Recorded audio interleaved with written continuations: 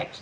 So now that we've given you all that, we'll go right into it. Legendary actor Robert De Niro and his business partner, Jane Rosenthal. They do want us to see the movies this summer, just not the way we're used to.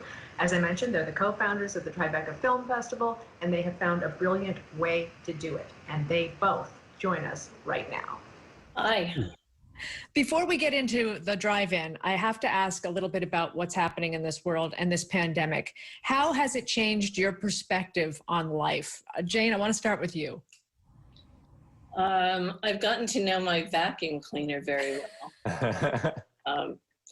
It's a really painfully sad time, and it's also been a time to think out of the box and to be able to think differently about how we organize all of our systems and how we can truly change, make real change in the world, especially since the George Floyd episode. You realize that it's not one episode that has been going on for years and years and years. And clearly we have to make some real systemic change in our society. Yeah, and Robert, I'm worried about you. You're one of the most prolific actors ever. And now the last 3 months, you probably can't do that as much. Are you okay? Are you in a good mood? Yeah, I mean, I'm lucky. I have a situation where I'm in a beyond comfortable situation. I'm just lucky. This is not normal for most people. So it's confining, but it's all right. I mean, we're in a situation that we didn't have to be in. It could have been minimized a lot more, but here we are. So now we just got to deal with it and move forward. But it's we're going to see where we come out of this, and hopefully it'll be in a good spot. There'll be some positive things out of it, but then there are not positive things. I think by now it's 130,000 people have died from the virus. That's unimaginable. And counting here in the U.S. So, unimaginable. Yeah. Jane, you want us all to go to the drive-in. I mean, after 9/11, you brought us together with the Tribeca Film Festival. Now you want us to come together again, but be socially distant. How is this going to work? How is it going to work? You're going to get in your car and you're going to go with your family. And that in itself, you've been quarantining with your family, and go to the movies and in a socially distanced, safe way. I think we're all craving entertainment outside of our home. We've been very lucky to have so much content to watch, but to go see something with a group of people in a safe way is what we're, our little part of trying to do something for the communities. Yeah, well, Robert, one of my favorite parts about driving, it's like record players. Well, it'll always be cool because it's a relic and it's vintage. So my dad's around your age. I texted him to see what his first drive-in movies were. He said the original Parent Trap and Glass Bottom Boat. Oh, yeah, right. That was. Do you remember your first drive-in experiences? I don't remember the movie, but that was around... I think it was around the time when I was in my mid-teens. I think there was a movie called Pocket Full of Miracles and stuff. I think Sinatra was in that, or I'm speaking of another movie. I don't know. Stuff like that.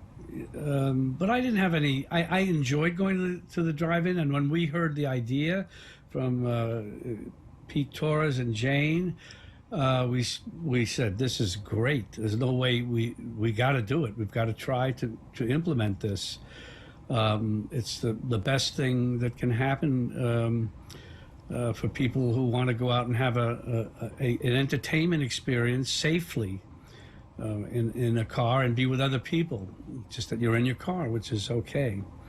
That's it. When you went to the drive-in as a youth, Robert, were you going to watch the movie or to make out with your date?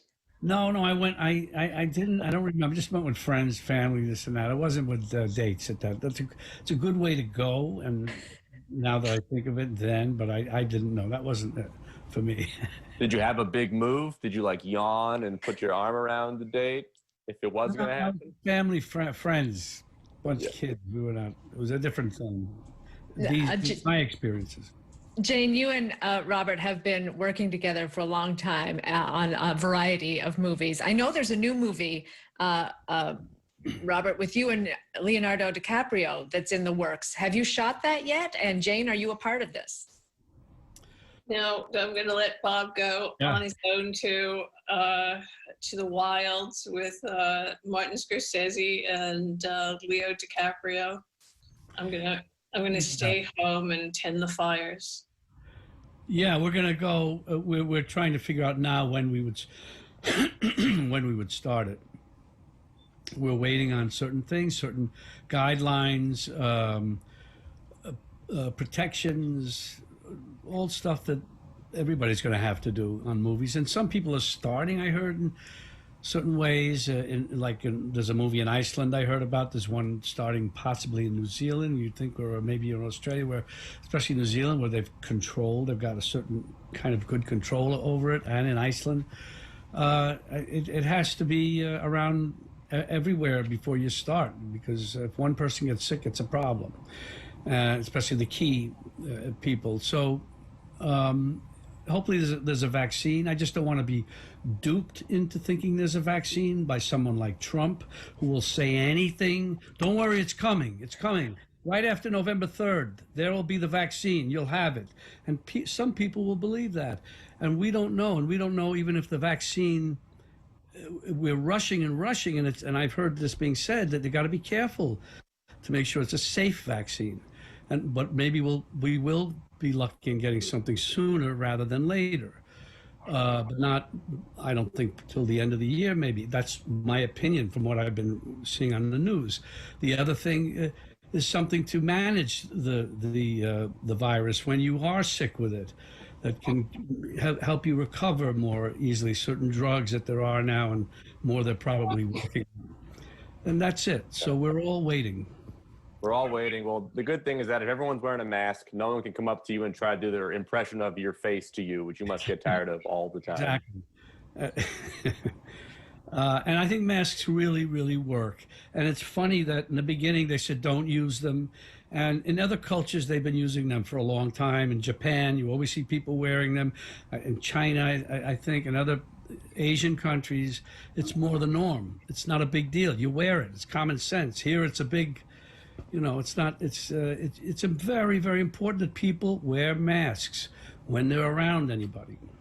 Amen to that. Before we let you go, Jane, why do you think your partnership with Robert has lasted for so long? Why do you work so well together? It's a good question. I never asked myself that question. I think if I have to ask myself that question, I don't know.